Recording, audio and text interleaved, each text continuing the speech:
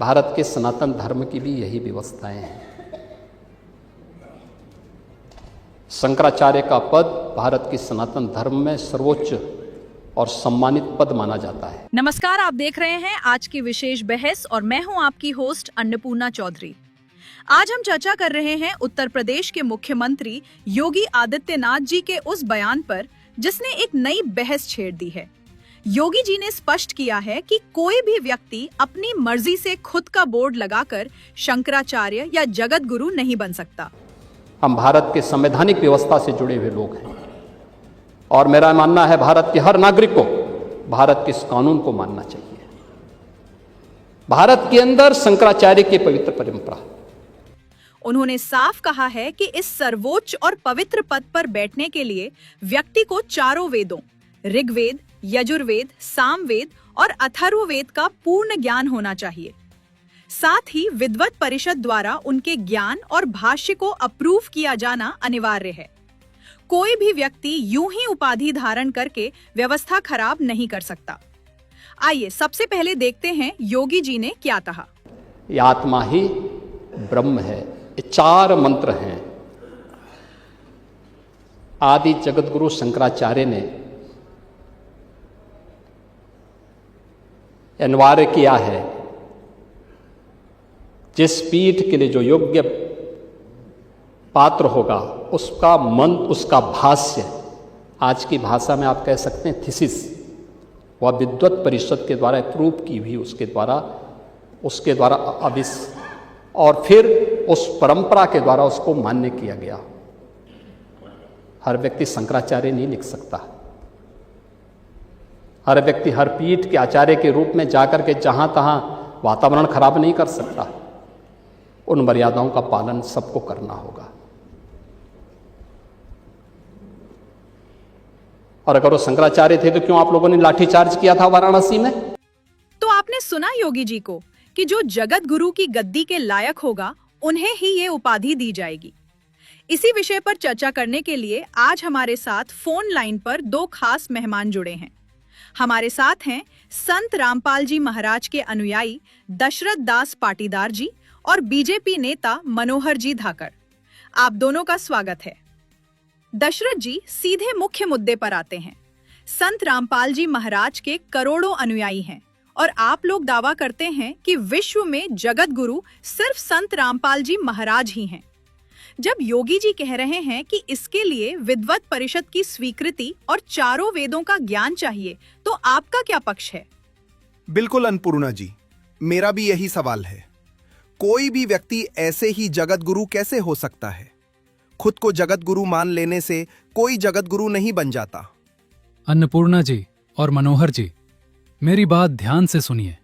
श्रीमद् भगवद गीता जी के अनुसार जो तत्वदर्शी संत है वही सच्चा जगत गुरु है और आज के समय में संत रामपाल जी महाराज ही वो सच्चे जगत गुरु हैं जो वेदों और गीता का पूर्ण ज्ञान रखते हैं।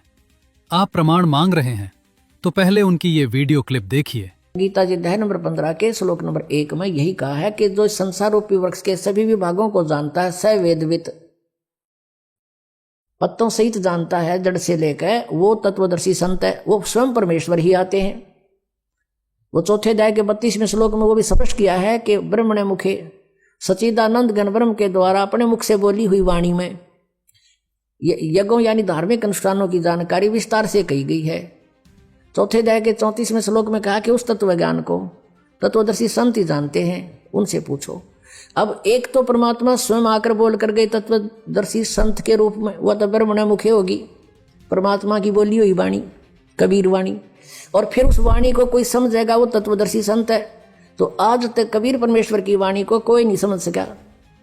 इस दास पर मेहर करी परमात्मा ने, इन सदग्रंथों को जाना, सद्बुद्धि दी परमेश्वर कबीर जी ने और उनको खोला। देखिए दशरथ जी, गीता के किसी श्लोक का अर्थ बता देने से सिर्फ यह सिद्ध नहीं होता कि वह सच्चे संत हैं। शास्त्रों में एक संत के कई गुण और लक्षण बताए गए हैं। सही कहा मनोहर जी ने।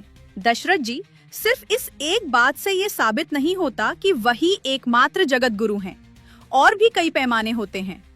अन्नपूर्णा जी, आपके बताए हुए सारे पैमानों और गुणों पर संत रामपाल जी महाराज पूरी तरह खरे उतरेंगे।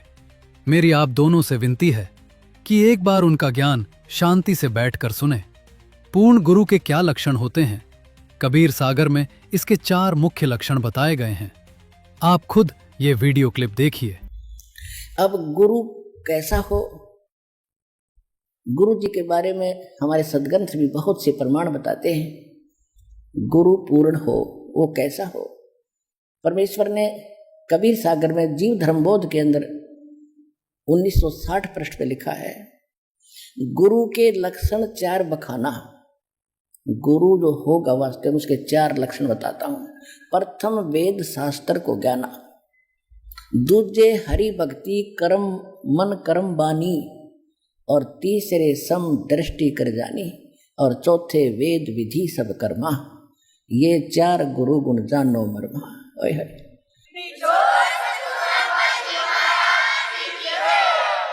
कि पूरे गुरु की जो मेरा दास होगा उस गुरु में ये गुण होंगे।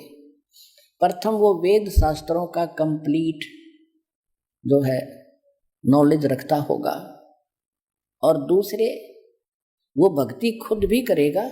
ऐसा नहीं वो केवल वक्ता नहीं होगा, वो स्वयं भी सच्चे दिल से परमात्मा की भक्ति मन कर्म वाणी से कर रहा होगा। और तीसरे वो समदृष्टि होगा, सबको छोटे बड़े को राजा और रंग को जो उसके पास आएगा एक दृष्टि से देखेगा।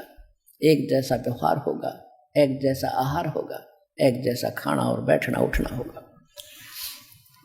और चौथे वेद विधि सब कर्मा, उसके सभी कर्म वेद विधि की तरह होंगे, जो वेदों में वर्णित है यानी सदग्रंथों में उसके अनुकूल होंगे।